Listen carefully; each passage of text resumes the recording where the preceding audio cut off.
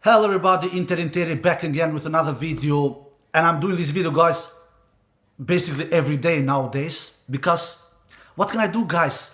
I love tennis. This is my big passion, and maybe some of you are tired of me seeing me every day on YouTube, but what can I do when I'm free from work like I'm today? So why not do a video? Why not talk about the thing that I love so much, tennis? So I'm sorry if you are tired of me, but I'm gonna do a video today as well. And today's video, guys, is gonna be about Rafael Nadal. And the topic will be my top 6 reasons why Rafael Nadal is so murderous good on clay. Why is this? Let's talk about this. I'm sure that many of you know this already, but I'm gonna tell you what my view, how I see it, what I believe, why Rafael Nadal is so bloody good on clay.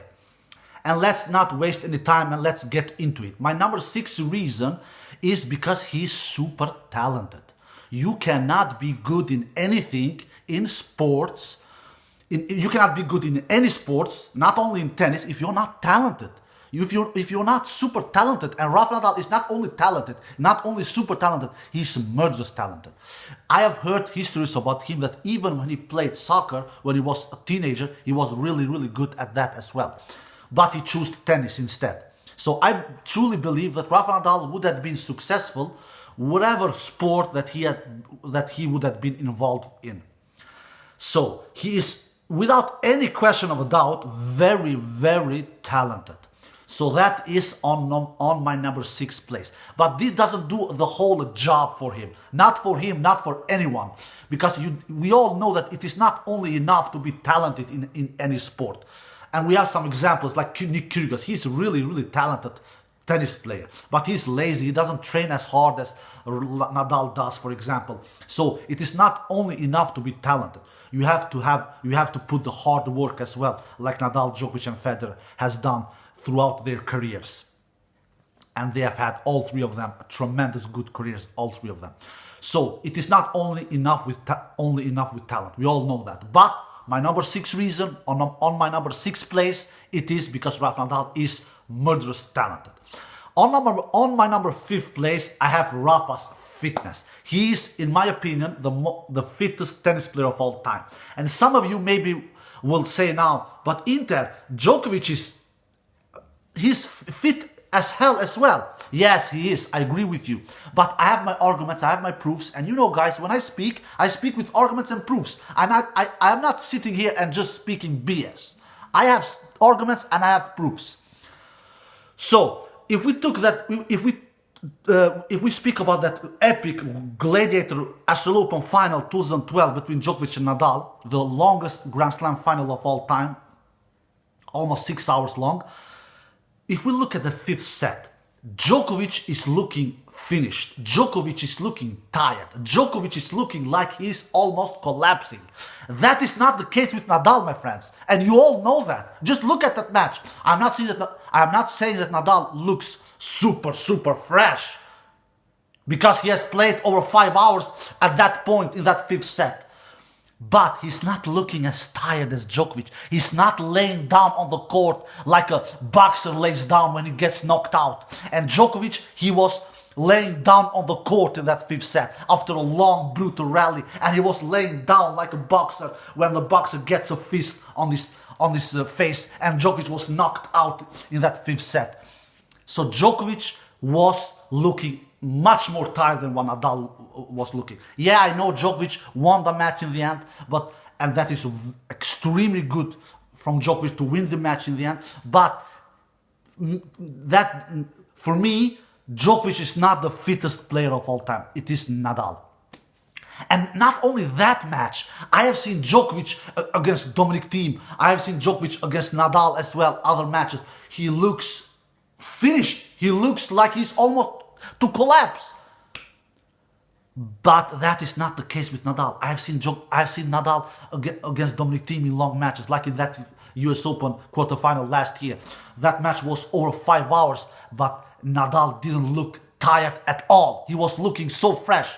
So no, in my opinion, Nadal is the most fittest tennis player of all time. Djokovic is fit as hell as well, but not more fit than Nadal. That is my opinion. That is how I feel. That is on my number 5th place. Rafa's fitness, Rafa's cardio. On my number 4th place, I have Rafa's shot tolerance. Rafa has bloody good shot tolerance. Rafa doesn't stress on the court. Rafa knows that he can play long rallies for hours, for brutal long hours. He is not concerned. He is not worried because he knows that he will outdo his opponent. He will know that he will outlast his opponent. If not with shot making, with fitness. If not with fitness, with talent. He is confident in himself and he doesn't pull the trigger when he doesn't need to pull the trigger. He knows where to pull the trigger. He knows where to go to the net. He is smart. So Rafa has super great shot tolerance. In my opinion, nobody in the tennis history has better shot tolerance than Rafa Nadal, especially on clay. So that is on my number 4th place. On my number 3rd place, this was a little hard for me to decide to put this on my number 3rd place or to put this on my number 2nd place. This was a little hard for me to decide, but in the end, I decided to put this that I'm going to talk about on my number 3rd place, and that is his consistency level. His consistency level is out of this world, and I have talked about this so many times. And some of you don't jump on the comment section. I'm going to explain what I mean when I say consistency, because I have read many comments, and when you have written to me and you have said to me, but Inter, Rafa is not as consistent as Djokovic and as Federer. Yes, that's true. He's not as consistent as Djokovic and as Federer on hard court and on grass, and in the results in general. When I say consistent, I mean in point construction, my friends, in point selection, in points winning, in mindset, how to play the points. Nobody in the history of the game is consistent as Nadal from the first point to the last point in a tennis match. You cannot tell if Rafa Nadal is playing a first point in the match or if Rafa Nadal is playing a match point in the match. He plays every single point like a match point. You cannot tell. I've told you guys before in my videos, I have seen Rafa Nadal being up in the lead 4-0, 5-0. He wants to do a third break and to bagel the opponent. It is no mercy in this guy. It is no mercy whatsoever. He is like a predator on a tennis court, especially on clay, especially in French Open. He's like a predator. No mercy whatsoever. That is not the case with Djokovic and Federer. Djokovic and Federer, if they make one break, especially if they make 2 breaks in a set, they are satisfied, they are happy. They can give away a game or 2. They don't care because they feel that I will win this set 6-2, 6-1, 6-3. Not Nadal. He wants to win it 6-0. He wants to bagel his opponent. He's never satisfied. And that's what I mean when I say he is the most consistent tennis player of all time. It is Rafa Nadal. He's not a Santa Claus. He is not in Santa Claus mood.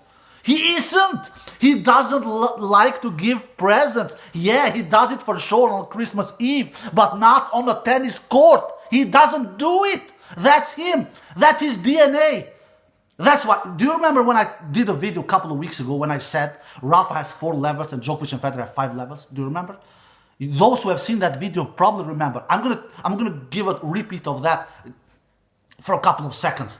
Rafa has 4 levels, Djokovic, Federer have 5 levels. Djokovic and Federer, they have horrible level, average level, great level, super great level, and beast mode level, out of this world level. That is Djokovic and Federer. Nadal, he has only 4.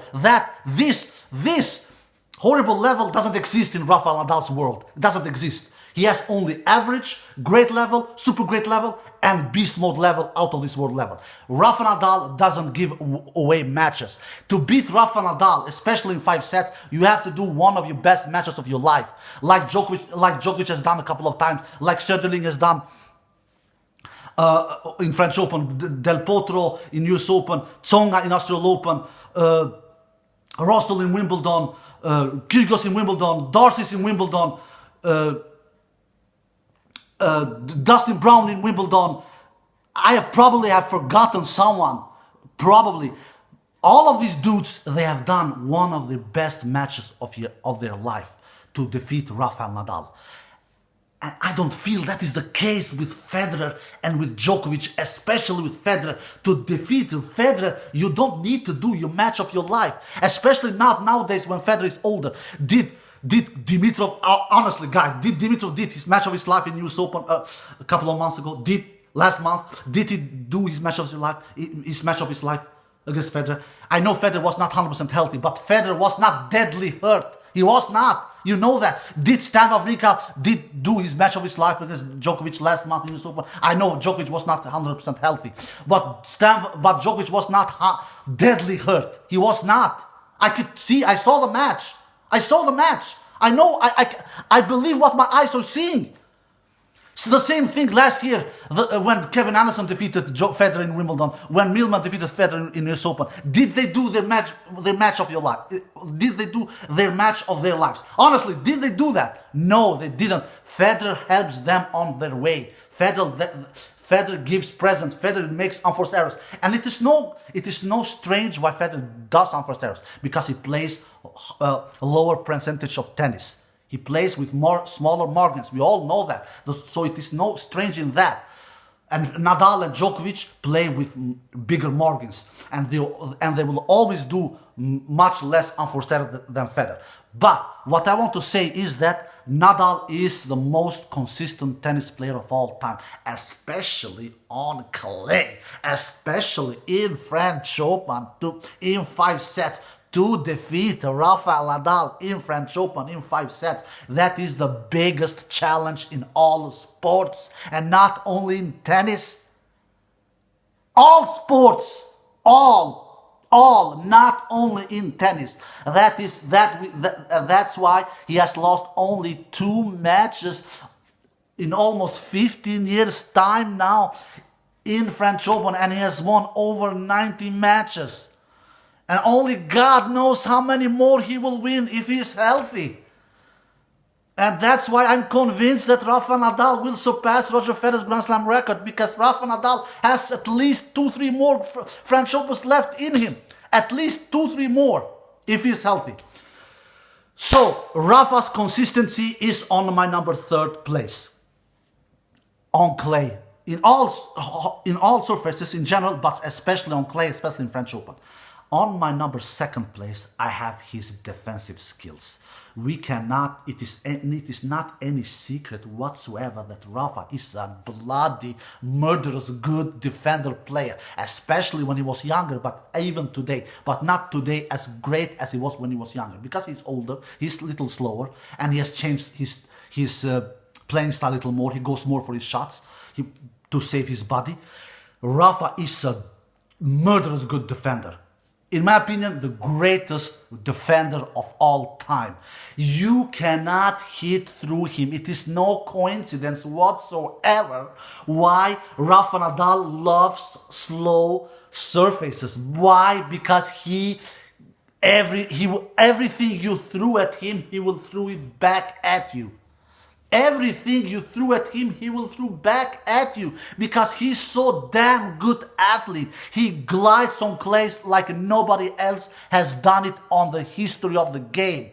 So to hit through Rafa Nadal on clay in 5 sets in Paris, it is literally speaking almost impossible. I'm not saying that it is impossible, but almost impossible, especially 5, 6, 7 years ago when he was younger. It is little more easier now because he's older and he's slower, but it is not easy today as well. So his defensive skills is on my number 2nd place. That's why a player like Federer has so troubles against Nadal on clay, especially in Paris. They have met each other 6 times, if I'm not mistaken, in Paris, and Federer has never taken Nadal even to a 5th set. Why? Because Federer doesn't have... Federer has firepower in shots. Don't get me wrong here, but he doesn't have firepower a la Söderling 2009, when Söderling, he just crushed the ball in that match, both with his forehand and with his backhand. And he hit through Nadal that match. And don't come with me and say Nadal was hurt. You know what I feel about that? I don't want to go into that now. Certainly, he crushed the ball in that 2009 match in French Open against Nadal. He crushed the ball. And in that way, he defeated Nadal in 4 sets because he hit through Nadal. Rafa couldn't defend that kind of firepower, that kind of attacking, that kind of bombs from Söderling. Federer doesn't generate that kind of bombs. He doesn't do that. So that's why Federer has so much troubles against Nadal, and not only Federer, but the rest of the tour as well. And the other way to defeat Nadal on clay is like playing like Djokovic did in 2015 French Open, to challenge Rafael Nadal from the baseline. Djokovic had his best, maybe his best season of his career in that 2015 match in French Open against Nadal. He was in his peak of his career. He made all the finals that year in Grand Slams. And that is the only year that he has made all the Grand Slam finals that year. And he defeated Nadal in straight sets. To me, that was Djokovic's most clutch, Djokovic's best performance against Nadal in his career. To me, maybe even better than that Australian Open final earlier this year, because this was on clay. To beat Rafael Nadal on clay in straight sets, and I believe Djokovic won that 3rd set 6-1, you have to give the respect to Djokovic. Kudos to Djokovic for doing that. So, the 2 ways to beat Nadal on clay: hit bombs like Söderling, or challenge Rafael Nadal from the baseline like Djokovic in 2015 French Open. That is my number 2nd place, Rafa's tremendous defensive skills.